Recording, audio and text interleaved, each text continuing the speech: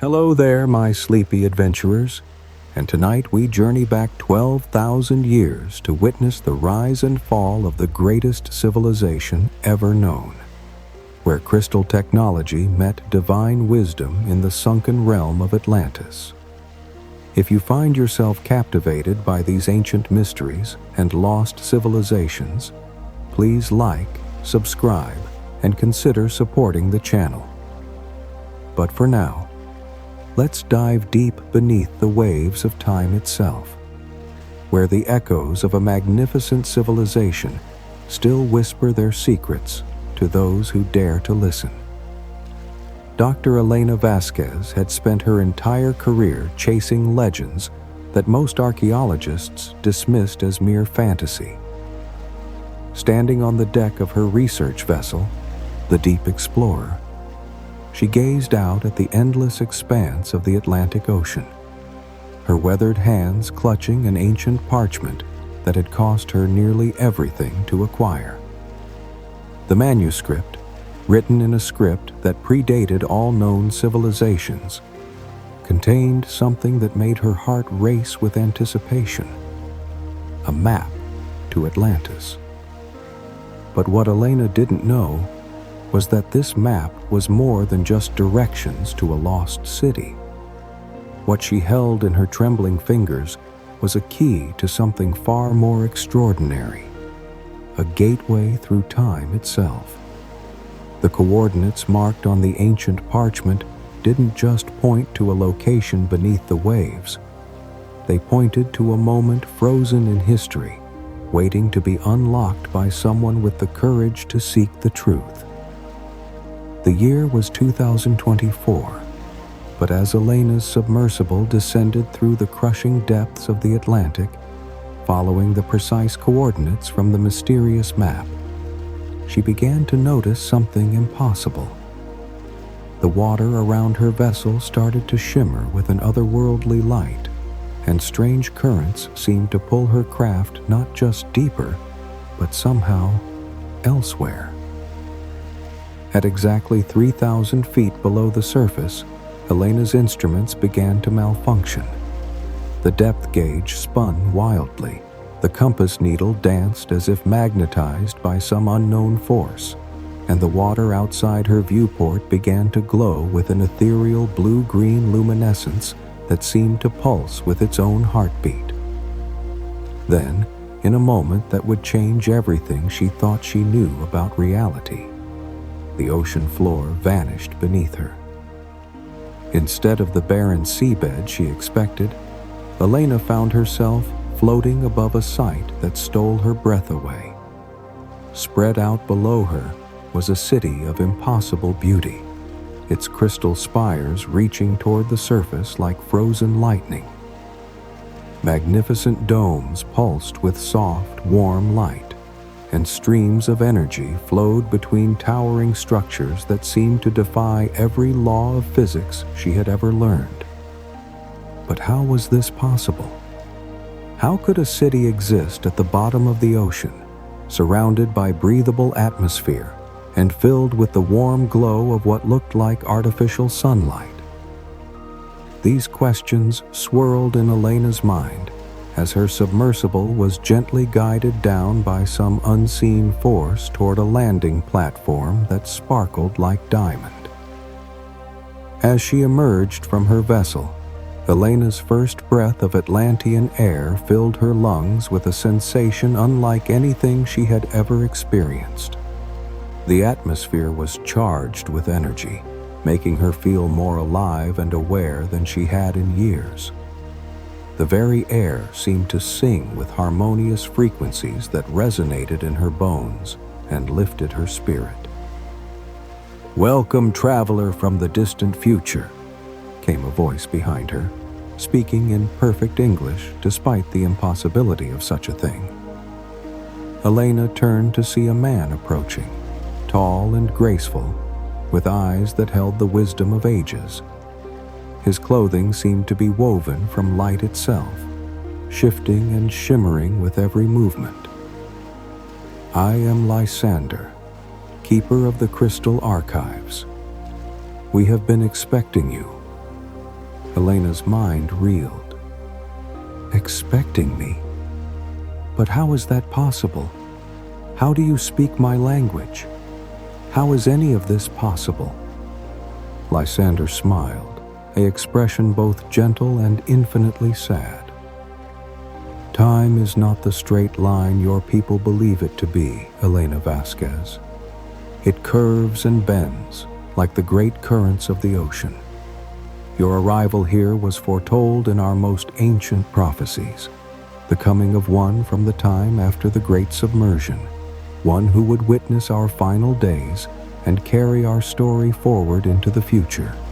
As they walked through the crystal streets of Atlantis, Elena marveled at the incredible technology that surrounded her. Buildings seemed to grow from the ground like living things, their walls pulsing with gentle light that responded to the presence of the inhabitants. Vehicles moved through the air without any visible means of propulsion, guided by streams of crystalline energy that flowed like rivers of light above the city. But what struck Elena most was the people themselves. The Atlanteans moved with a grace and purpose that spoke of deep harmony with their environment. Children played in gardens where the very plants seemed to sing, their laughter creating visible ripples of color in the air. Adults went about their daily tasks with expressions of contentment and wisdom that Elena had rarely seen in her own time. "Your civilization is incredible," Elena breathed as they paused beside a fountain that shot streams of liquid crystal high into the air. "How did you achieve such harmony between technology and nature?" Lysander's expression grew thoughtful, and for a moment, a shadow seemed to pass across his features. "We learned to listen, Elena. We discovered that the universe itself is alive, conscious, and willing to share its secrets with those who approach it with respect and humility. Our crystals are not mere tools. They are partners, living entities that work with us to shape reality according to the greater good." But even as he spoke, Elena noticed something troubling. In the distance, she could see areas of the city where the light seemed dimmer, where the crystal structures flickered uncertainly, and in the faces of some of the Atlanteans, she glimpsed expressions of worry and fear that seemed at odds with the paradise around her. "What troubles your people?" she asked gently. "I can see that not all is well in your perfect city."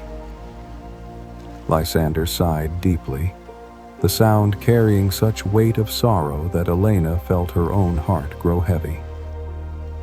"Come," he said. "Let me show you the heart of our civilization, and you will understand both our greatest triumph and our approaching doom."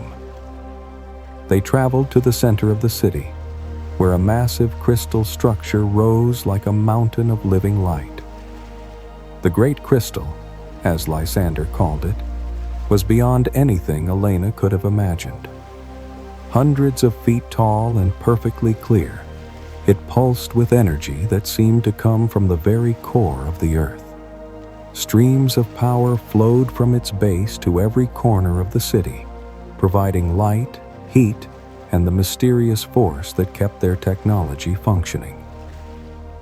"This is the source," Lysander explained, his voice filled with reverence. "It was given to us by the star beings, ancient visitors from beyond the stars who saw potential in our people. For thousands of years, it has been the foundation of our civilization, allowing us to transcend the limitations that bind other races." Elena stared up at the magnificent crystal, feeling its power wash over her in waves. "It's incredible. But what does this have to do with your approaching doom?" Lysander's face grew grave. "The source is not merely a tool, Elena. It is a test. The star beings knew that any civilization advanced enough to use such power would eventually face a choice. The choice between wisdom and ambition, between harmony and dominance. As they stood before the great crystal, Lysander began to tell Elena the story of Atlantis's golden age and its gradual corruption. For thousands of years, the Atlanteans had used their crystal technology to heal the sick, purify the environment, and explore the mysteries of consciousness itself. They had built a society based on cooperation and mutual respect, where poverty, war, and environmental destruction were unknown. But what happens when a people becomes so powerful that they begin to see themselves as gods? What price must be paid when wisdom gives way to hubris? These questions haunted Elena as Lysander continued his tale. "It began slowly," he said, his voice heavy with regret.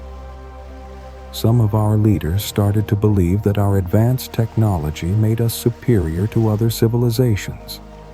They spoke of expanding our influence, of bringing our gifts to the primitive peoples of the world. But their true desire was not to help. It was to rule." Elena felt a chill run down her spine as she recognized the pattern. Throughout human history, the same story had played out again and again. Advanced civilizations convincing themselves that their superiority gave them the right to dominate others. "The corruption spread like a disease," Lysander continued. "Those who hungered for power began to experiment with the darker applications of crystal technology. They developed weapons that could level mountains, weather control systems that could bring drought or flood to their enemies, and worst of all, they learned to use the crystals to manipulate the minds of others. As if summoned by his words, a group of figures approached them across the crystal plaza. These Atlanteans were different from the others Elena had seen. Their clothing was more elaborate, their bearing more arrogant, and their eyes held a cold gleam that spoke of barely controlled ambition. "Lysander," called their leader, a tall woman whose beauty was marred by the cruelty in her expression. "Why do you waste time with this primitive from the future? We have more important matters to discuss." "Narcissa," Lysander replied with forced politeness. "I am showing our guest the true heritage of Atlantis. Perhaps you have forgotten what that means." The woman, Narcissa, laughed, but there was no humor in the sound. "Heritage. Our heritage is power, Lysander. The ability to shape the world according to our will. The weak civilizations that surround us are like children playing with sticks and stones, while we command the forces of creation itself." Elena watched the exchange with growing horror, realizing she was witnessing the very corruption that Lysander had described. "What are you planning to do?" she asked, though she wasn't sure she wanted to know the answer. Narcissa's eyes gleamed with fanatic fervor. "We are going to use the great crystal to project our power across the entire planet. Every primitive tribe, every struggling city-state will bow before the might of Atlantis. We will create a world empire that will last for all eternity." But Lysander shook his head sadly. "You don't understand what you're proposing to do. The source was never meant to be used for domination. The star beings built safeguards into its very structure. If we attempt to corrupt its purpose, if we try to use it for conquest instead of harmony, then what?" Narcissa challenged. "What do you think will happen, old man?" The answer came not from Lysander, but from the great crystal itself. As if responding to the dark intent in Narcissa's words, the massive structure began to pulse with an ominous red light. The harmonious hum that had filled the air grew discordant, and Elena felt the very ground beneath her feet begin to tremble.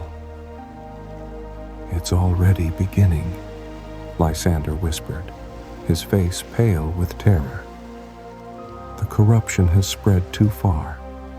The crystal can sense the darkness in our hearts, and it's starting to reject us." What followed next would remain burned in Elena's memory for the rest of her life. The red light from the great crystal grew brighter and more intense, and the beautiful city of Atlantis began to convulse like a living thing in pain. The crystal structures that had provided such perfect harmony began to crack and fracture, their once pure light flickering and failing. Narcissa and her followers tried desperately to control the crystal, to force it to obey their will through sheer arrogance and determination. But their efforts only made things worse. Each attempt to dominate the source caused more instability, more cracks in the very foundation of their civilization. "We have to evacuate the city," Lysander said urgently, grabbing Elena's arm. "The crystal is going to—" His words were cut off by a sound unlike anything Elena had ever heard, a deep, resonant tone that seemed to come from the planet itself. The great crystal, pushed beyond its limits by the attempts to corrupt its purpose, was beginning to overload. As they ran through the streets of Atlantis, Elena saw the magnificent civilization crumbling around her. The flying vehicles crashed to the ground as their power sources failed. The living buildings began to dissolve, their crystal matrices unable to maintain coherence without the stable energy from the source. But most heartbreaking of all was the sight of the Atlantean people, those who had lived in harmony with their technology fleeing in terror from the very forces they had learned to trust. "This is why the map led you here," Lysander shouted over the growing chaos. "You needed to see this moment, to understand what happens when wisdom is abandoned for power. Your people in the future, they must not make the same mistakes we have made." They reached the edge of the city just as the great crystal reached its breaking point. The massive structure, unable to contain the conflicting energies being forced through it, began to collapse inward on itself. But this was no ordinary destruction.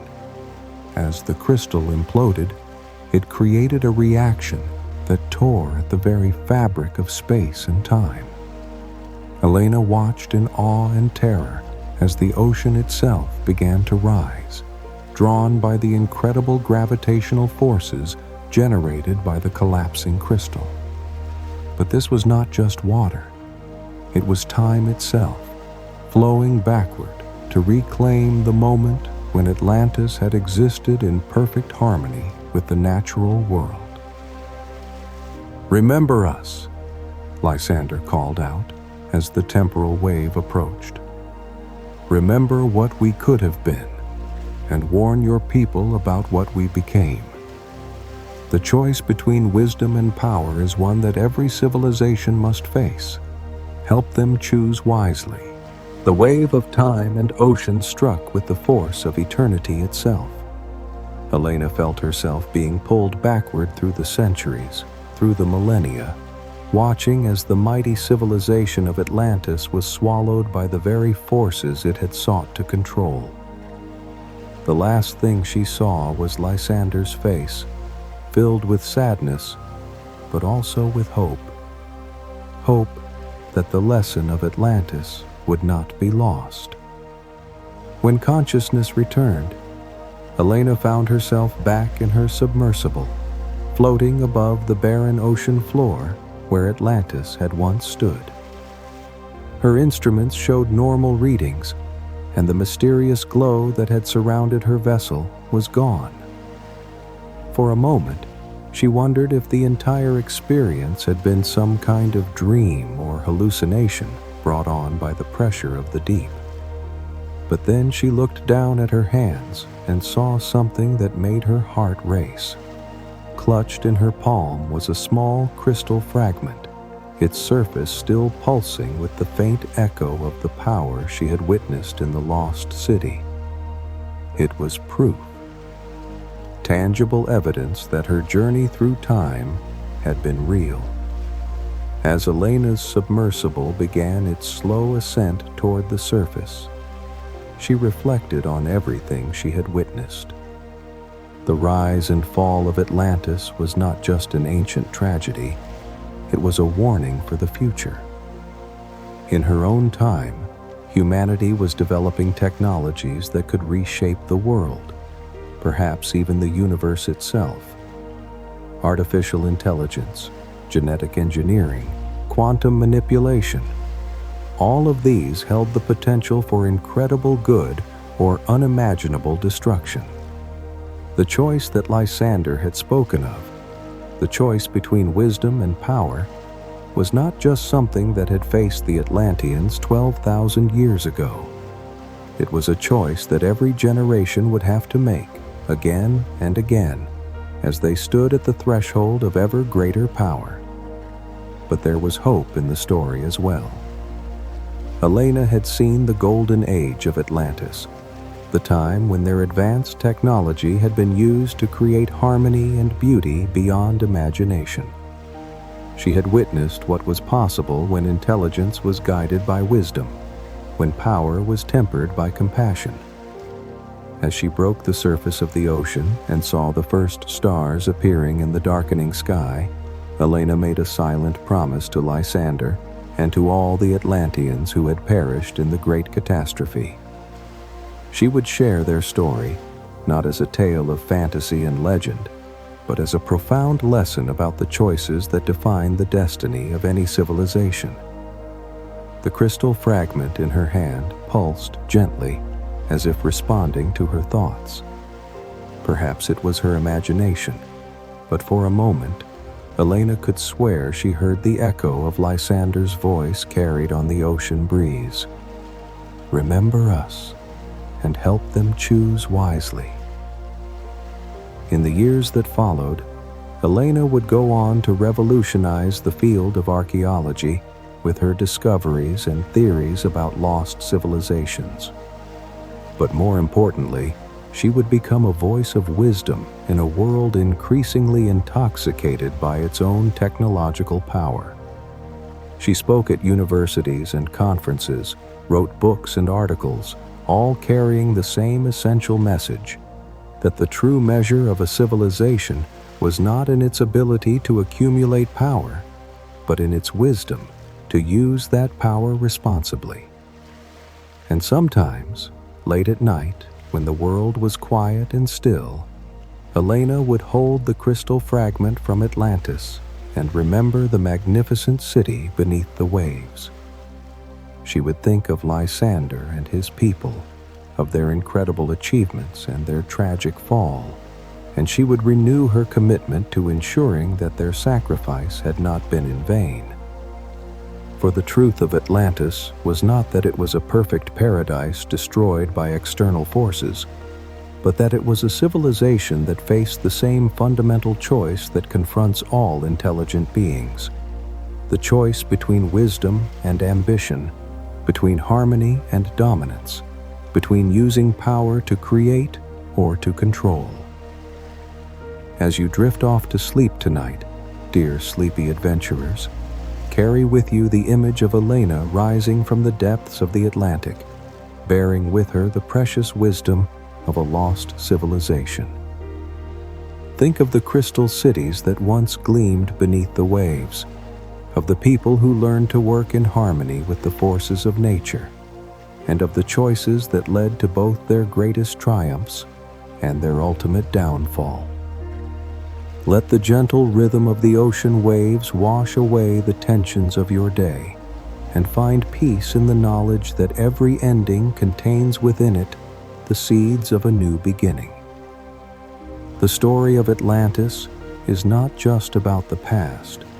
It is about the eternal human journey toward wisdom, and the hope that each generation will learn from the choices of those who came before.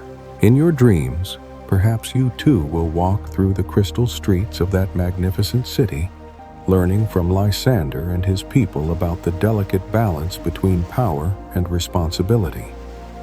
And when you wake, you will carry with you a fragment of their wisdom, a small but precious reminder that the greatest treasures are not gold or silver, but the knowledge of how to live in harmony with the world around us. Sleep well, my peaceful explorers, and may your dreams be filled with the gentle glow of crystal light and the eternal wisdom of the lost city beneath the waves. The ocean keeps its secrets, but to those who listen with open hearts, it whispers the most important lesson of all, that true civilization is measured not by what we can take, but by what we choose to give.